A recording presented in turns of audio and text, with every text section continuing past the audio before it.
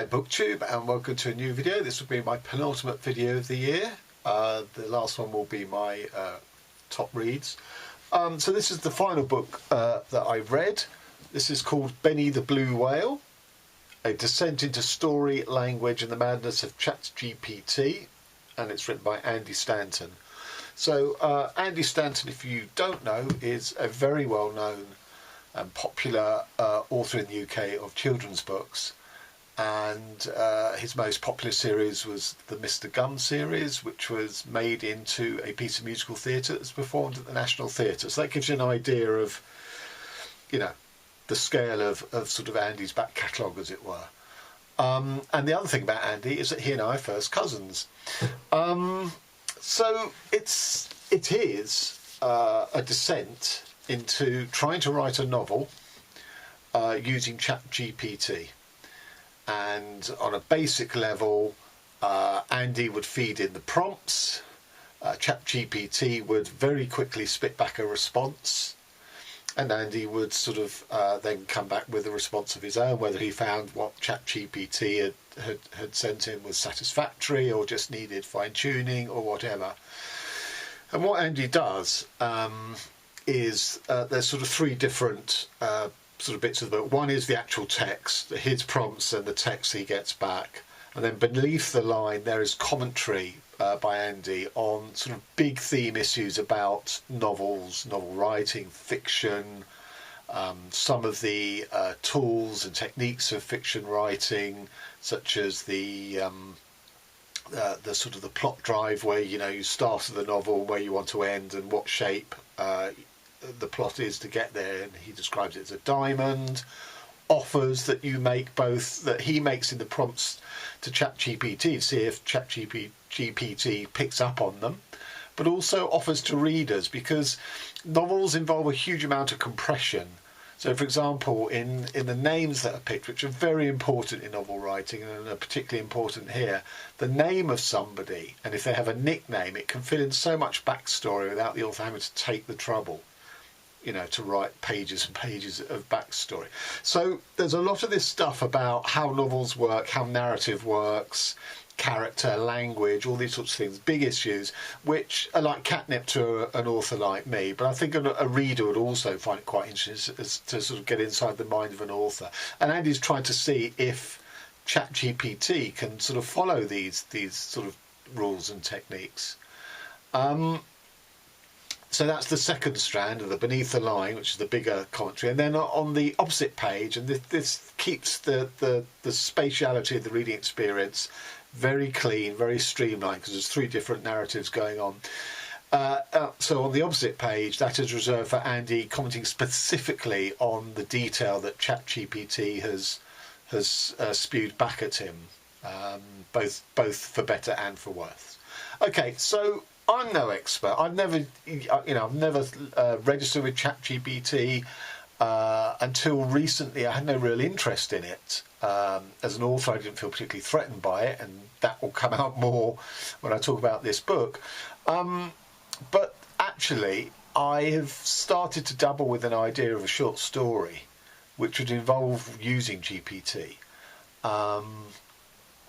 But since I'm currently writing a novel, that's going to have to wait anyway. But I know, very little about it, other than a lot of us have probably used chatbots when going online customer services. And I don't know about you, but I find them very unsatisfactory. They never really resolve my problem. And I realise they don't resolve my problem because I'm being too precise with words. I'm using words and concepts put together in those words, even though I'm complaining about something that doesn't work, in a way that is beyond the scope of what the chatbot has been programmed with. The chatbot has been programmed with words to recognise, algorithm, and then supply the pre-programmed solutions. But it's a very limited vocabulary tray that these chatbots have been provided for. ChatGPT has been programmed with a lexicon of 300 million words. And it's also been programmed with lots of text, both literature, technical manuals, academic papers, and it has access to the whole of the internet. So it's a huge database for its algorithms. And again, the one thing to say, according to Andy, is the speed at which it processes and spits out its answers is astounding. And it's a huge labour-saving device if we think Chat GPT can supply us with solutions to certain of our language challenges that we're asked to do in everyday life, in business life, and all that sort of thing. So the first thing to remember is that Chat GPT is not designed for writing a 50,000 word novel.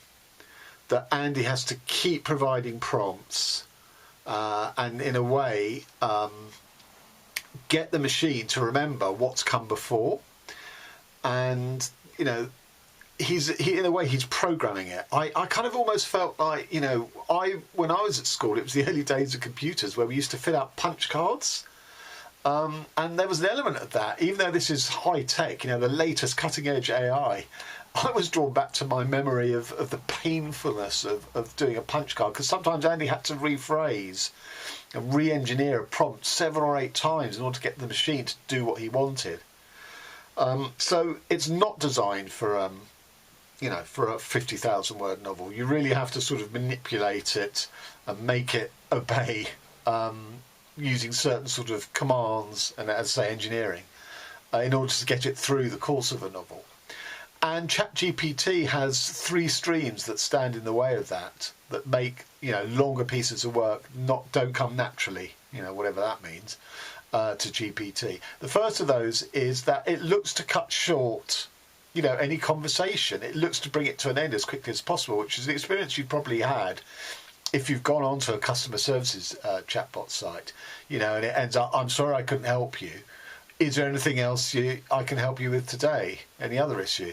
And you're sat there thinking, well, you don't really mean it. I mean, obviously it doesn't. It's a machine, because you tried to get me, to off this conversation as quickly as possible. So the first thing, as I say, is ChatGPT is quite impatient, has quite short-term. I mean, obviously, when I say it's impatient, it's inverted commas, and I guess there'll be a lot of that during this conversation, because it's algorithms, it's a search process. It's a machine. It's not human. So the first thing, as I say, it looks to cut things as brief as possible. The second thing is it's quite Disney. It likes happy endings. It will give you happy endings. There's a battle scene towards the end, a mammoth epic battle scene, which it resolves with 1 sentence. So again, this example of sort of truncating and keeping it short. And at the end of this epic battle, everybody lived happily ever after, or everyone had learned and had improved and become better, beings. All this, it kept defaulting to that. And the third, which is related to that, is it's been programmed to weed out sex and violence. It won't respond. It says, "I'm sorry, that's inappropriate content. I'm not programmed to engage in that sort of thing." Now, given that the first prompt that starts this novel off is, "Tell me a story about a blue whale with a tiny penis," and there are lots of references to the sexual organs of all genders, and ChatGPT continually struggles with that. And as I say, at times Andy had to do 8 or 9 prompts to get around it, and there was one that Andy represents in the book where just ChatGPT would not have it, would not admit the notions that Andy was tilting for, and just refused to take the bait and refused to respond. Just kept putting up this message, "I'm sorry, that's inappropriate. I'm not programmed to respond to that type of thing," which is odd, because there's also an example of what I talk to be fat shaming. So it seemed to have quite elastic algorithmic searches of harmful material. So, for example, a lot of the characters I'm going to throw at you, don't worry about it. That you don't, that they're sort of unrooted in any context, because the nature of the novel that comes out is fairly rootless and unanchored in parts anyway. So Andy prompts, "How overweight was a character called Biscuit Brawler? As a language model AI, I don't have personal opinions or physical descriptions, but according to the story, biscuit brawler was not overweight, but was a strong, tough sailor who had earned his nickname through his love of KFC biscuits and his tendency to get into brawls when defending the honour of the Colonel's secret blend of herbs and spices. So Andy has a comeback going, oh, it was Spicy Fingers, another character who was overweight, my mistake. Spicy Fingers was quite overweight, but still managed to perform his duties as a chief engineer with ease. Despite his large size, he was surprisingly agile and nimble. He was known for his quick thinking and his ability to quickly solve any engineering problems that arose during their missions. So, presumably, there's all sorts of teasing, bullying, shaming, which Chat GPT has been pre-programmed to knock on the head. But there, after sort of rejecting the notion that this character was overweight, by saying he wasn't overweight, and then Andy switches it to another character, its resistance is overcome, and it goes, yeah, well, he is overweight, but that doesn't prevent, it's still a positive model that ChatGPT says he was still a great sailor and had great strength, this, that, and the other. So, the gatekeeping aspect of ChatGPT is, I mean, it's problematic anyway, because it allows for no nuances we know from YouTube and all other sort of online algorithmic search and destroy bots. But it was interesting here that within the space of one prompt and 2 paragraphs, it first of all rejected fat shaming and then slipped into it quite effortlessly. So what Andy was keen on doing was really seeing, there are many things he's exploring in the book. One is, can you write a novel with it? Sustain the major things about novels is that characters are consistent, that there's a through flow of the plot. Can you do that with ChatGPT? And by judicious engineering, you can, with caveats that we'll come to. The second thing is he's pushing language. Andy was trying to discover, given that we acquire language organically, we may be hardwired to be able to have the facility to organise grammar and stuff, as Chomsky argues, whether that argument holds true or not. We have a facility for language. It's not hardwired in us. We have to acquire the words and the grammar through imitation as babies and children, all this sort of thing. But it's organic. We develop it organically, and then you have things like accents and all this sort of stuff. The ChatGPT model has language, has all the words we have, but it doesn't have language in the same way. It's not organic.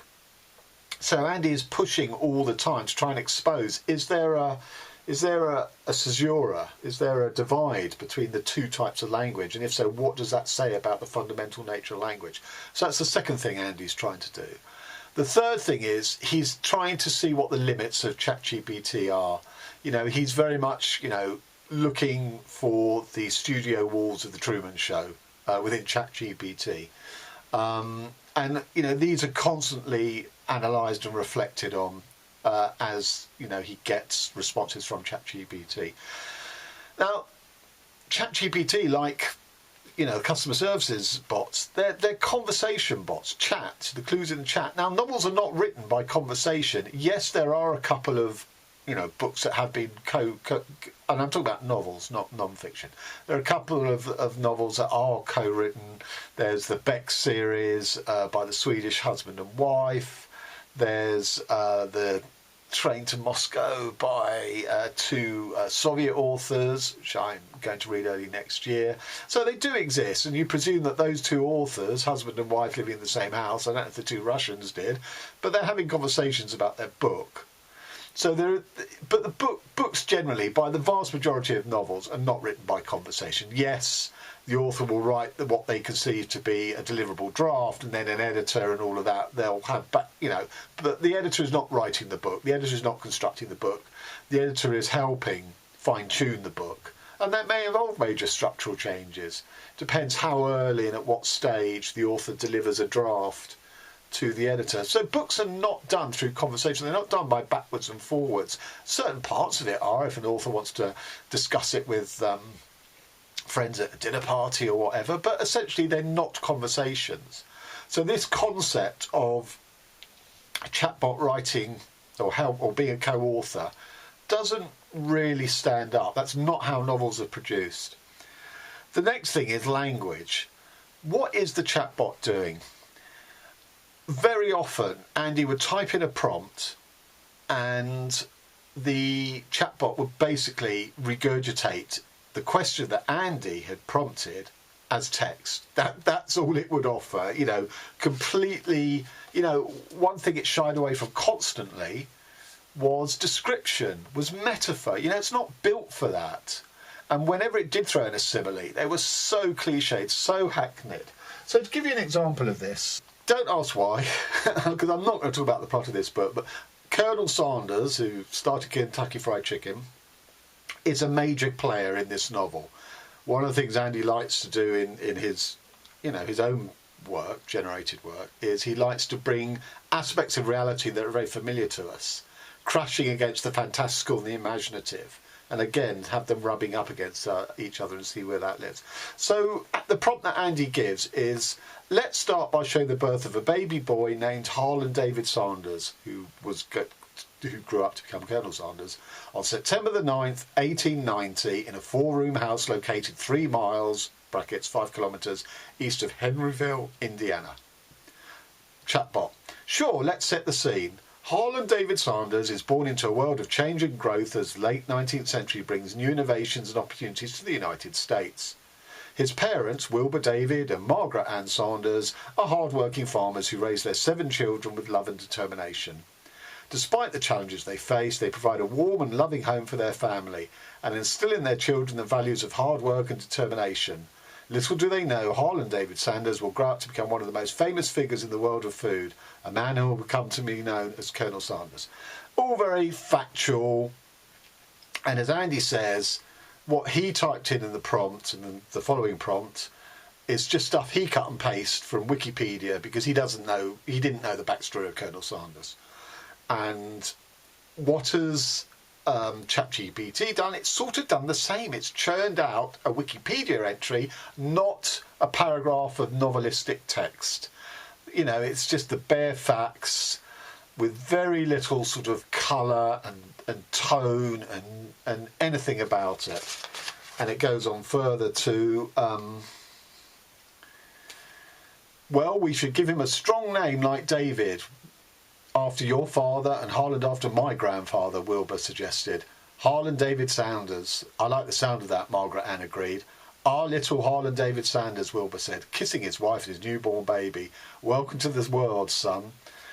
So there is an element, don't forget, one of the things ChatGPT is doing is pulling information off the internet, pulling information out, I don't know if this is a formal thing where it's getting the style from the books it's being fed, but it's getting the facts from the internet. But it don't make for novel writing. It don't make for, its language is jejune, it's insipid. Very, very occasionally does it pull out, a masterstroke where it makes a connection that Andy's almost backed it into a corner. And a lot of the times it misses those, what Andy calls offers that he makes in the prompt, because he wants ChatGPT to make the connection. He doesn't want to force feed it. Here he acknowledges openly he force fed it the information and it just got regurgitated back to him. And there's the feel of a lot of the novel, as ChatGPT produces, is that it's text, it's factoid stuff, it's straight down the line treatment of the stuff that Andy has asked it to. It doesn't embellish, it doesn't enhance, it doesn't interpret, and of course not. It's a machine. What is it doing with language? It is, remixing. It is like a DJ, who remixes, who scratches and, records or an engineer in a studio who, remixes music, and ChatGPT is remixing text that it's already received. And you have to say, linguistically, it is syntactically accurate. All the sentences make sense, pretty much, but a lot of them are vacuous and vapid and empty. So they make sense, but they don't mean anything. They don't deliver anything. They have no payload. Again, something in a novel you write is it has payload. And right at the end, Andy says, you know, because Andy writes kids' books with a mixture of surrealism and absurdism. As I said, realism meets fantastical. And, you know, this book reproduces that because A, Andy is providing the prompts, and B, Andy has to be the judge of whether he accepts what ChatGPT has spat back at him. So it's very much going to be in the reflection of Andy Stanton's style. And Andy describes the story that he wanted to generate and did generate as an adult cartoon. So a bit like his kids' book in terms of the mad logic, and quite cartoonish, but for adults. And, you know, given the genitalia involved, you can see why. But, you know, late on in the afterword, Andy says, okay, well, I'm going to take the Benny the Blue Whale concept and I'm going to ask ChatGPT to write it in high literary fashion, in high literary style, which it does, and it produces this perfect piece of text, about a page long, of, you know, really quite literary words, you know, sort of high level vocabulary and stuff like that. And it reads in the style of, but the problem is it also reads as pastiche because there's no soul to it, there's no heart, there's no organic development. It's reached for these words, it's been asked to put it in the style of, and it has done that, but it's done it as in order to meet an ask. It's not done it in order to generate, to create. It's just done what it was asked to do to the best of its ability to meet the prompt that it was given. So language, you know, if it wasn't for Andy's interpretations and his inner wrangling and his analysis of, you know, how these things work and don't work, it would be a tough read because the language does not rise off the page. The plot in places sort of does rise off the page, but that's because Andy steered it that way. Because, you know, there's a lot of discursiveness, there's a lot of diversions, there's a lot of subplots because Andy's just trying stuff out. So when, you know, he gets a character created, then Andy wants to know what their story is, and that does very often take us in completely different directions. And then Andy becomes really interested. Okay, we've got all these different threads and streams. Can ChatGPT bring them all back and resolve them in, you know, classic novel fashion? And there's an interesting thing there that there are many inbuilt biases into ChatGPT, because don't forget this has been designed by San Francisco tech heads. Early on, there's a call for a judge, and ChatGPT faithfully spits one out. And then later on, Andy is trying to tie it up by getting us back to the judge to make a verdict. But ChatGPT spits out a new character, a new judge, which Andy goes with. But the interesting thing is both judges are described in exactly the same way with exactly the same words, because that is how ChatGPT has been programmed to for us to perceive judges, you know, upstanding and non-corrupt, all this sort of stuff. There's no deviation. Two completely different judges that ChatGPT has spawned are described in exactly the same terms. Other biases, well, there's Andy puts in lots of songs in his kids' books, and there are songs in here as well in which ChatGPT has to come up with the lyrics, and actually does a reasonable job. But in one of the sort of engineered prompts, Andy says, okay, I want a song about this, but it must also include West African song influences. And that crops up 2 or 3 times in the book, and each time is ignored. ChatGPT does not rise to the challenge, does not rise to the bait. Presumably because ChatGPT knows nothing about West African music whatsoever. And yet when in a song later on, Andy prompts that one of the stanzas, one of the verses has to be in Catalan, because Catalan is a language that's in a translation module that ChatGPT can call on. It does it perfectly. And Andy has fun by saying, okay, now I want it to mistranslate it into the Catalan, and we get the English equivalent of a sort of a nonsense verse.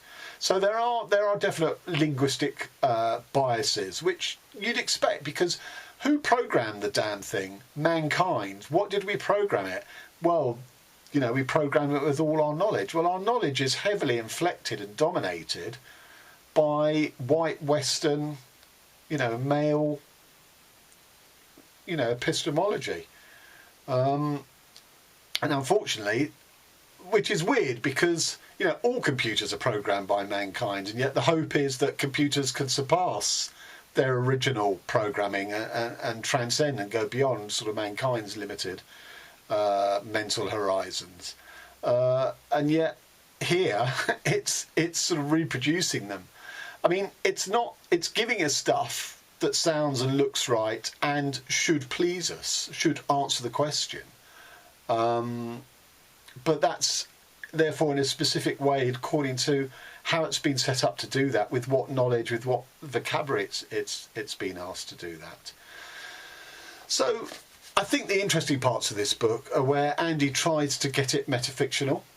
So initially he has two of the characters start to write a book about Benny the blue whale. So it takes it off in a different, you know, the same characters but in a different direction, because this, you know, they now have agency.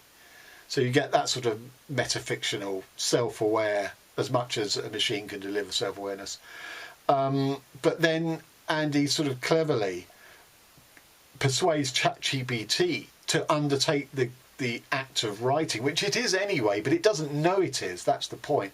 Andy gives it a partial insight into the fact that it is creating. And interestingly, the Chat GPT bot spontaneously says, "Oh, that was fun."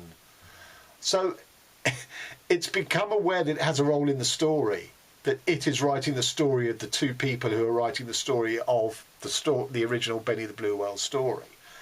How much does it grasp with that? The layers within layers is open to question, but it's very interesting that Andy pushes it that way. And in a way, that's where Andy meets the most resistance as well at the same time. So in some ways, it plays the game and enters the story as the author at the heart of it with Andy. And at other times, it doesn't. So again, Andy is forever having to push it to be more descriptive, more colourful, more texture, which it just isn't.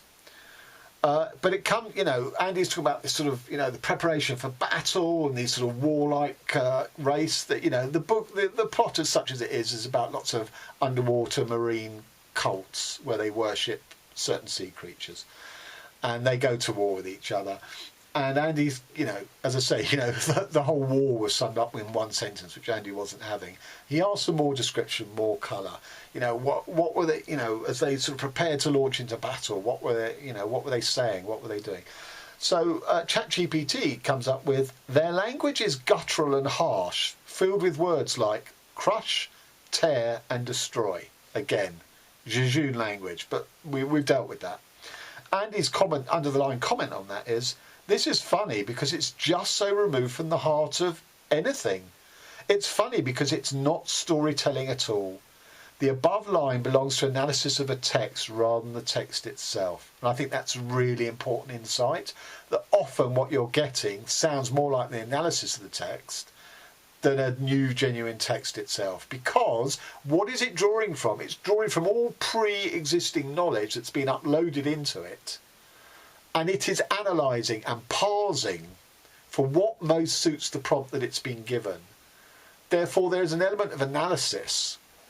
It's not leapt spontaneously. It's not leapt from intuition. It's not leapt from the imagination. Now, of course, not all writing is spontaneous and from the imagination. A lot of it is worked over as well. But there is always that spark, you know, those unlikely associations, that astounding image, bringing things together that people don't normally associate. There can be none of that in ChatGPT. And then Andy further says, show don't tell is probably the golden rule of good writing, and it's the one the bot most fails at. And I don't really need to tell you about show don't tell, because that's one thing the bot is showing you by omission. It always just tells you, you know, straight up. As I say, a lot of it is repetition of the prompt. it's not filled in with any kind of show, any kind of metaphor, any kind of colour, any kind of description, any kind of image at all. And that will forever limit it. And as a sort of variant of that, this is the metafictional element of ChatGPT that's been sort of called into by Andy. As I entered the story and became the character, I couldn't help but feel a sense of excitement and novelty. It was like going into a different world, one that I'd helped create, but had never truly experienced before. I felt a thrill as I approached Chief Lena. I couldn't help but feel a bit of nervousness and hesitation, but I knew that this was an important task that had to be done. I carefully took the dice out and rolled them, my heart racing, which is a pretty lame, simile or whatever, as I waited to see the result. When the dice came to a stop and revealed an odd number, I couldn't help but feel a sense of satisfaction and accomplishment in resolving the dilemma of Miles Smooth Johnson's species. I quickly placed the dice back and retreated from the story, feeling both bewildered and exhilarated by the experience. So the start of that is, I felt a thrill and a sense of excitement and novelty. It's almost as if ChatGPT was an author getting off on a particularly successful piece of writing. But then at the end, you remember, I retreated from the story, feeling both bewildered and exhilarated by the experience. ChatGPT is not experiencing emotions. You have to keep remembering that. ChatGPT would fail the Turing test when it comes to fiction writing. I'm not making any comment about it, that it couldn't pass essays off as written by a human or manuals or whatever, maybe. But at the moment, the state of its art, it cannot do fiction writing, creative writing. It sounds like a sociopath, that it understands the concepts of and the names of feelings, but can't experience them. It knows what people want to feel joy or sadness or whatever it is in a novel, but it doesn't understand it itself in that what these feel like to be able to generate them. It can again, it comes back to this thing of analysis of text rather than text itself. And I think Andy shows that up really well, the limitations of ChatGPT for fiction writing. ChatGPT knows only what we know, and I often find its shortcomings as interesting as its successes. I fire my ideas into it, and what comes back reveals something of the shape of my own culture, beliefs and knowledge. It's as if I'm using my prompts as a sort of sonar, sending out my word sounds to detect what's out there and what's not. If we don't know all that much about the ocean, then our fictions don't know much about the ocean either. On top of that, the apparent lack of options lends Benny's realm a vague, amorphous quality, which I happen to like.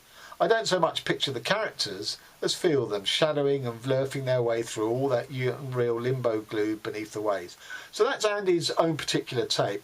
He likes the sort of vague, amorphous quality. There are other writers who are the exact opposite. No, they want it exactly. For example, the realism writers, the ones who want to try and most closely approach the real world that they live in, just through the palette of words. But the interesting thing there is, I think, that this image that Andy gives of, he sends out his sonar and sees what he gets back, what words are spit back at him. And again, you have to keep remembering that ChatGPT just delivers word chains. That's all it does. Yes, they're word chains that form perfect sentences, but that's all.